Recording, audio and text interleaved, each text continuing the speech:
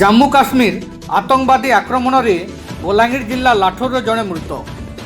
जम्मू काश्मीर में पुणी रक्तमुखा होती आतंकवादी। पहलगाम जिले में मंगलवार अपराह्न होता आतंकवादी आक्रमण में बलांगीर जिला खोपराखोल ब्लॉक लाठोर माटीर दिनेश अग्रवाल प्राण हर। खबर प्रकाशित होगा पर ग्राम में शोकर छाया खेली। प्रकाश जे दिनेश लाठोर ग्रामर स्वर्गत प्रयाग चांद अग्रवाल को सान पुओ। से ग्राम में दुर्गेश्वर उच्च विद्यालय रे 10म श्रेणी पाठ पढ़ी सारिबा परे बापा को व्यवसाय संभाली। प्राय 10 वर्ष हम दिनेश छत्तीसगढ़ राजधानी रायपुर रे परिवार सह सेठारे जाई स्टील व्यवसाय करथिले। जड़े जनाशुना व्यवसायी रूपे से बेस परिचित थिले। से तांकर 20तम विवाह वार्षिक उत्सव पालन पई स्त्री नेहा झील और पुओ को सांगरे नहीं जम्मू काश्मीर जाइथिले।